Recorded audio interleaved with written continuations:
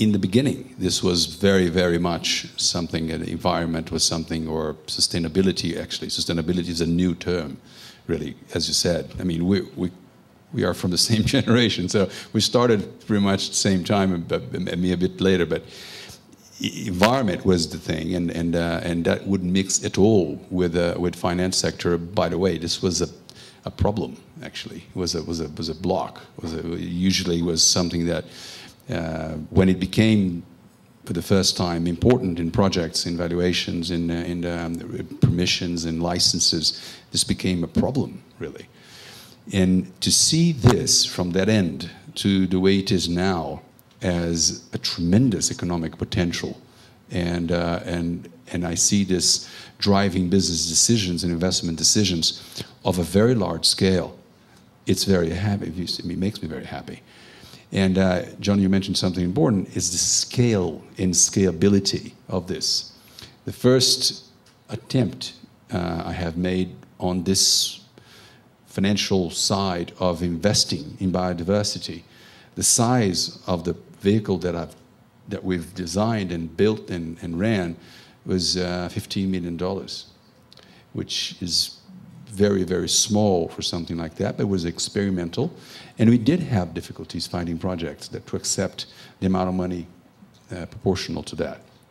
And that was not that long ago. This was 15 years ago. As a company, have a full investment and for-profit agenda. It's a private equity house. And we manage funds. We have a infrastructure / renewable energy fund with 750 million euro target for Europe and Middle East, one potential for Brazil with a $300 million target for forestry, and products of this size, but larger scale funds.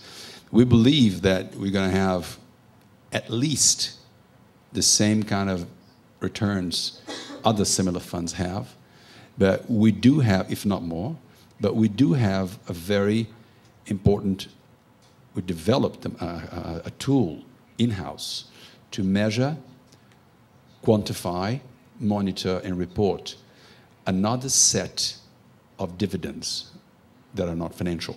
We call it the Earth dividend. And out of 30 criteria, we create a very business and financial markets-like tool to report, measure, and monitor the non-financial dividends. And I'd like to talk a little bit, explore a little more what Alejandro explored with water in terms of Amazonia, in terms of the kind of development and evolution of this process we're experimenting. This is something I've personally been involved for many years, is the value, financial value of biodiversity. Cosmetic industry is more towards harvesting and getting out the essences and mixing it with the other products and creating market products for whatever they're used. Pharmaceutical, they synthesize. It's a major difference. If you need to synthesize a molecule that has some kind of bioactive activity that produces an effect, which is for pharmaceutical or medicinal use, to my knowledge, the industry cannot easily synthesize the combination of an effect that is the result of a combination of more than one molecule. If you have two molecules to come out of it, to generate an effect, then it's not an economic value to the pharmaceutical industry, because you cannot synthesize it and produce it, mass produce it to the world. Very soon, I see we will be able to break through this barrier, because quantum computing is coming to market, and the capacity to crunch numbers and to generate new technologies is going to increase exponentially. So this technology of synthesizing will be cracked. And I've heard the expression, I repeat it frequently, I'm not sure how accurate it is, but people say once this is fully commercial, the pre-sal, our newfound oil in Brazil, will become pocket change, really, close to what Amazonia can produce in terms of revenues for the sector. The same thing you can talk about you can do with superconductivity for the power industry. If you own a coal mine, you can control the coal mine. If you're trying to sell assets or services based on an Amazonian-style ecosystem, you don't own that. As Alejandro said, maybe it's 9 countries. Is the very nature of the assets that we're dealing with here going to cause you and other investors significant problems in future?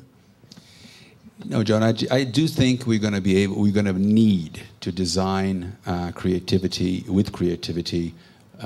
either financial mechanisms, legal structures to hold some of that value to our shareholders, to our investors for a while, whenever they're investing on it. I do believe there's a lot of that deserves to be patented, needs to be legally structured, so that not only Earth Capital Partners or investors make a profit out of it and can do it properly, but also the country of origin, the region where it comes from.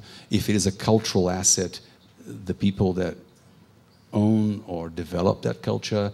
I see a major movement of designing such mechanisms, which are methodologies, processes, or legal, or whatever. The same way, there is a tremendous amount of investment in technology.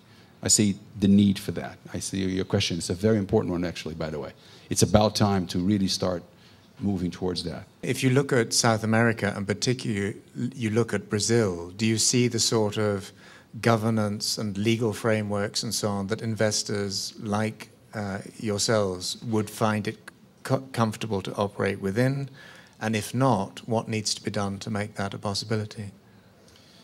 Well, I would divide my answer in two.